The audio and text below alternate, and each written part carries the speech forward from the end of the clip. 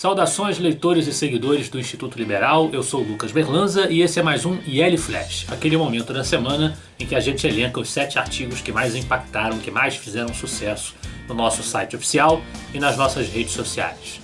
E hoje tem bastante polêmica, mas a gente começa com um artigo light, digamos assim. É mais um episódio da série Heróis da Liberdade do nosso João Luiz Mauad, que aborda Immanuel Kant, que é ninguém menos que um dos filósofos mais importantes da modernidade. Não está isento completamente de polêmicas, nós sabemos que há críticos de Kant a rodo, mas é um pensador que defendia teses liberais, defendia a importância do Estado existir para proteger e maximizar as liberdades e não para confrontá-las através do autoritarismo. Então tem uma base liberal no pensamento de Kant. Mas um dos críticos de Kant no Brasil, né, é o tema do nosso segundo artigo: a jihad olaviana e o conservadorismo independente, de autoria do nosso Pedro Henrique Alves, que é também ali editor do Instituto Burke, o Burke Instituto Conservador. Sem que se faça juízo de valor sobre as críticas de Olavo de Carvalho a Kant, ele que é um pensador paulista que hoje mora nos Estados Unidos, todo mundo deve conhecer, acho que dispensa maiores apresentações, a referência na bibliografia da nova direita brasileira, é uma expressão que até eu usei no meu livro Guia Bibliográfico da Nova Direita, é o tema do artigo do Pedro, mas muito mais focado nos seus seguidores do que no próprio Olavo.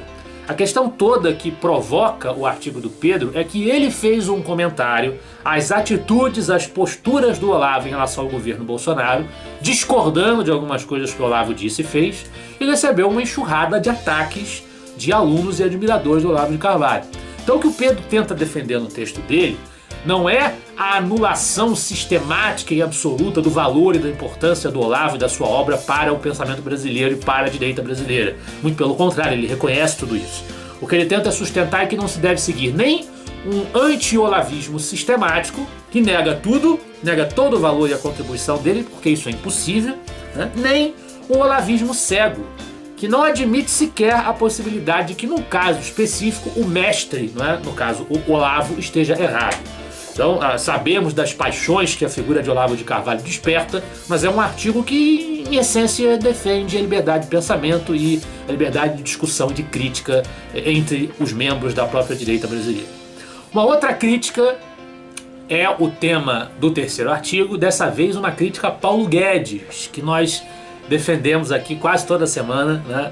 Publicamos aqui, dando margem às diversas opiniões, publicamos uma crítica às abordagens do Paulo Guedes, feita pelo Júlio César Cardoso, com o título Vamos falar sério e não enganar a sociedade. A crítica do Júlio César Cardoso não é uma crítica contra a reforma da Previdência. Na verdade, o Júlio César Cardoso acredita que é preciso ter todos os dados liberados a respeito dos cálculos que foram feitos para sustentar essa reforma. Ele critica a ideia de colocar esses dados sob sigilo ou não lançar holofote sobre eles, e também defende que é preciso ter um esforço sério, genuíno, por cortes de gastos na própria máquina do Estado, inclusive nos poderes legislativo e executivo. Eu concordo com a essência dessa conclamação do Júlio César. É evidente que a reforma da Previdência não pode vir sozinha, isolada de corte, mas eu acho importante reiterar que nós defendemos, abertamente e profundamente a aprovação dessa reforma, porque sem ela não há solvência para o Estado brasileiro, para a economia brasileira. De todo modo, a população precisa entender mesmo que nós estamos no caminho certo, e para isso é preciso que o governo passe sinais de que a sua conduta se encaminha na direção certa. Sobre esses sinais, o Eric Silva escreve: está na hora de encarar a realidade. É preciso que as medidas do governo impactem positivamente a segurança e a economia, que são 2 pontos fulcrais que a sociedade brasileira desesperadamente precisa ver equacionados, precisa ver bem encaminhados. Nós temos um grande problema nessas 2 áreas que precisa ser resolvido, e existem certas alas do próprio governo e da militância que se preocupam muito mais com outros tópicos e estão, inclusive, trocando choques por conta disso, e que deveriam, no entender do Júlio, se preocupar mais em dar respostas mais rápidas aos dilemas que dizem respeito à economia e à segurança. Felizmente, nós também não podemos dizer que não há avanço nenhum né? Há ali o pacote anticrime do Sérgio Moro. Hoje mesmo, na terça-feira dessa semana, está sendo levada à aprovação a medida provisória de liberdade econômica. Então nós temos avanços acontecendo, mas é preciso que esses avanços tenham consequências palpáveis para que a população sinta que a escolha pelo governo Bolsonaro, pela coalizão de forças que formam o governo Bolsonaro, foi uma escolha certa. E evitando-se assim a volta do pior. Nós sabemos bem o que é. Da mesma forma, além das ideias e da economia, da segurança, é preciso atacar a onipotência do ativismo do Poder Judiciário. E sobre isso eu escrevi: STF, isso não pode ficar assim. Fora Toffoli e Moraes. No flash passado esse tema já foi abordado, a gente não precisa se estender aqui, mas o fato é que o simples recuo do ministro Alexandre de Moraes e, por consequência, do presidente do STF, Dias Toffoli, na censura que impuseram à revista Cruzoé, ligada ao site do antagonista, não apaga o fato de que a censura foi feita, de que eles receberam uma aula da PGR, que é o DOJ, Procuradora-Geral da República, de que aquilo ali contraria os fundamentos do direito, a mesma instituição, o mesmo poder, operando a investigação, inquirindo, julgando, né, um absurdo total, em causa própria.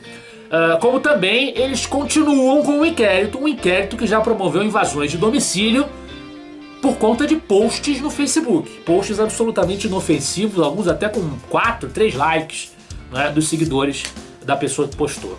Então esse tipo de absurdo não se justifica em hipótese alguma, são atos autoritários e caracterizam algo de uma tal gravidade que, na minha modesta opinião, não poderia haver, repito, nenhum desfecho aceitável num país decente que não fosse a destituição dos dois dos seus cargos. Ainda sobre combate ao autoritarismo, mas agora avaliando algumas tendências internas do governo que o autor sustenta que precisam ser olhadas com mais cuidado, com alguma cautela, nós temos outro artigo do Eric Silva: quando se aplaudem atos autoritários, a próxima vítima pode ser você.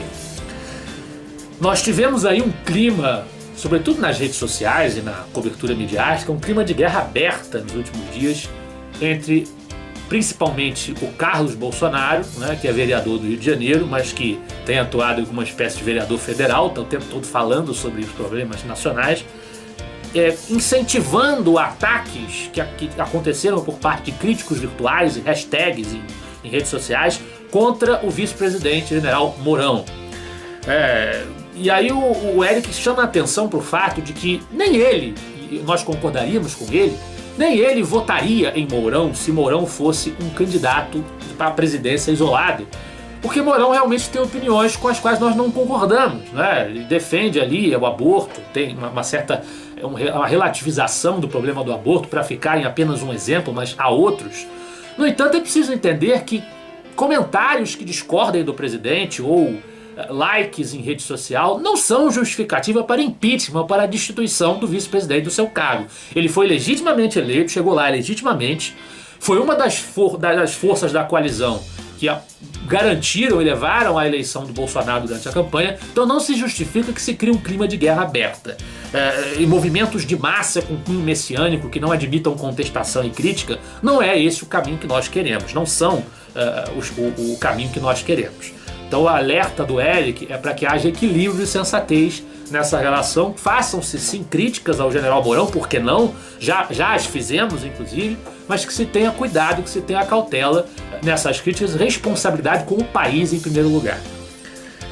E nós encerramos com um autor, para ficar um pouco mais light, digamos assim, né? Um autor que elogia o governo Bolsonaro por uma medida anunciada pelo ministro da Educação, o novo ministro da Educação, o Abraham Weintraub, né? No artigo Menos Recursos para os Cursos de Humanas, uma boa notícia da gestão Bolsonaro, do Juliano Oliveira.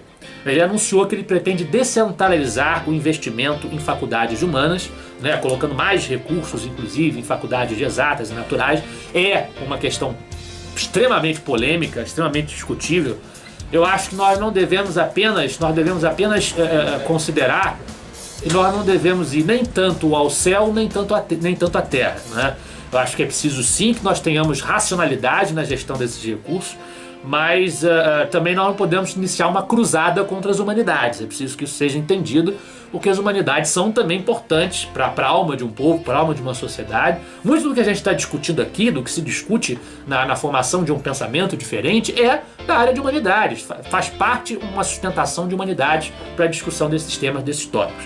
Então, nem tanto ao céu, nem tanto à terra, mas vamos observar, vamos acompanhar para ver qual vai ser a racionalidade por detrás dessa proposta do Ministério da Educação, que em essência tem seu mérito por apontar o dedo para as superfluidades absurdas, até obscenidades que são feitas sim dentro das faculdades brasileiras e que nós vivamente combatemos. Esse foi o nosso IL Flash de hoje, eu espero que vocês gostem dos artigos e semana que vem estaremos de volta. Afinal de contas, para nós, você é a parte mais importante da sociedade. Até a próxima.